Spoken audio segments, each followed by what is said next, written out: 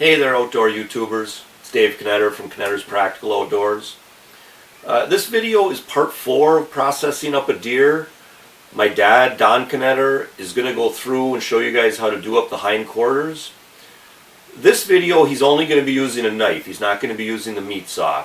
In part 3, he used the meat saw. This one, he's only going to be using the knife. It's maybe a little more technical. You got to understand the bone structure maybe a little bit more. But it's just a different way to do it. My dad is a career meat cutter. Back in the 80s and 90s, he was cutting anywhere from 200 to 400 deer every year. So he knows what he's doing.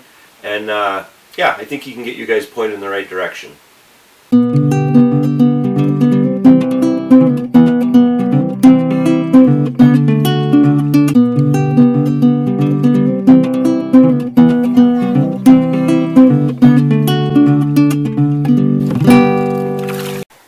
Notice this one has the shank facing that way and the rump facing that way. Just the opposite of the other one, because we want to take out our sirloin tip first, which again, going right toward you on the inside of this pelvic bone.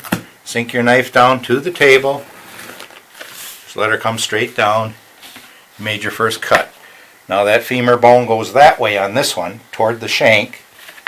So you'll take your knife, put it in there, you'll hit the femur bone, and you'll run this one up over the kneecap like you did on the other one. Only it went that way. So I'll go ahead and the same thing here. Take this off while I'm at it. Take out this bone that isn't necessary. It's going to come out sooner or later anyhow. And without going all the way through down here to the tabletop, you can kind of roll this tip out of the cap, and then you won't have to do it later. It works kind of nice when you got the weight of this working for you. And this is your sirloin tip from the other side. We'll take this off of here. This is what that cap came out of. There is a nice morsel of meat in there. I'll go ahead and get it out and put it in his trim tub.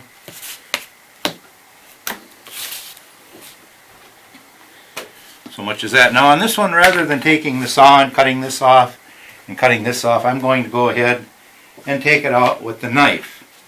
For those of you that like to try it, I'll just try to do it sort of slowly. Get rid of this hamstring here. First of all, we'll take the hind shank off, and you can kind of see how the meat goes. Here's the bone up along here. It's going to go into a joint there, up in here. So what we're going to do is just start off taking the meat off it. You just kind of go underneath it and around, come across the top. You're going to hit a joint right there. That joint will kind of turn that way and then come back, and that way and then come back. You open the joint up good. Take your knife and just keep going around it and around it, and the bone is out. And we have now the shank meat ready for us to take out and throw into the trim. I'll take it off here too.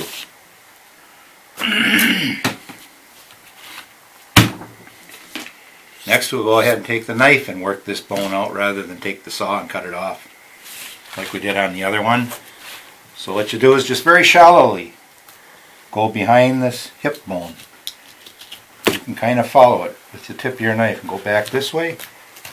You're going to find that there's a socket in here where that femur bone meets this hip bone, and with your knife you can break it loose. And then go back behind this bone and keep just on shallow little cuts, because you're not familiar with exactly how it goes. Keep going around. And then when you come back to here, this is that part that cups. On the other one it cupped this way. This is the opposite. So what we'll do is we'll go down this way. Here's the tailbone. And there's the hip bone that we're going to get rid of. And now that little piece that I said we could get a few steaks out of, I'll cut that off right here.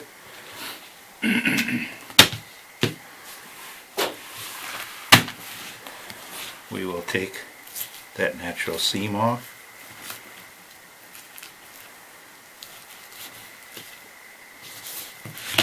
And a little bit of this side tissue here will go into trim. Square this off just a little bit. And there is a piece that you can get some nice steaks off of. There won't be many, but they're good, better known in layman's terms in the grocery store as top sirloin.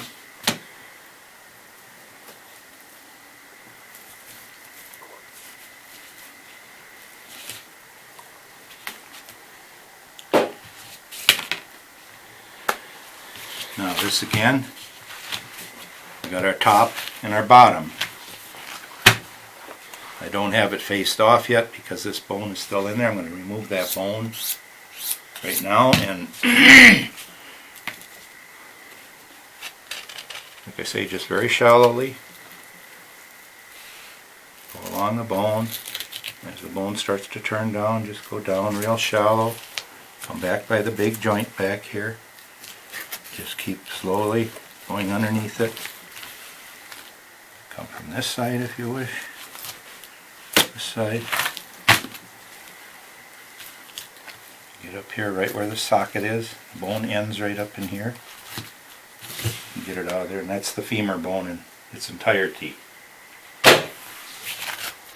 So now I can take the knife and cut it off like we did before, only I don't have all that bone in there like I did.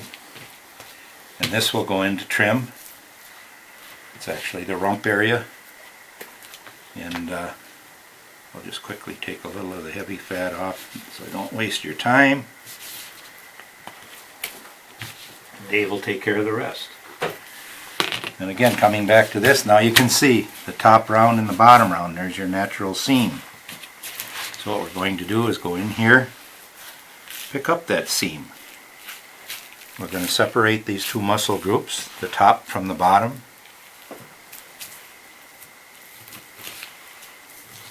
We're doing that for the sake that you can cut your steaks easier. If you left it whole, it's very hard to cut a uniform steak with a knife. I can do it with mine, but by taking it apart you can do it much easier, two separate pieces. And they're plenty big enough to give you meals of steak. A little side meat here to take off. Here's that little bit of cap on the top round here.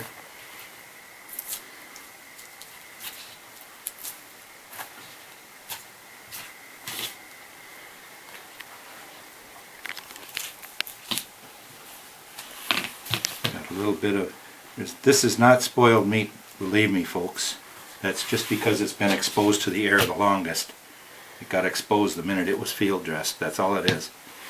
This meat is perfect for cutting. It's been chilled down great. Did a great job of field dressing it.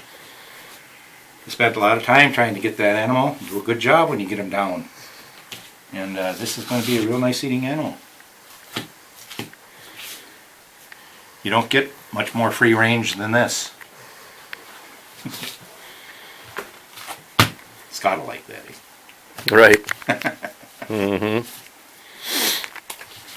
And again, just cleaning up some of the goodies that you don't want.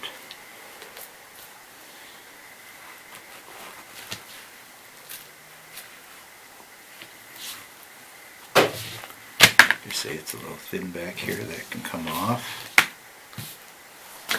And again, there's that sinew we were talking about that we want to always take off.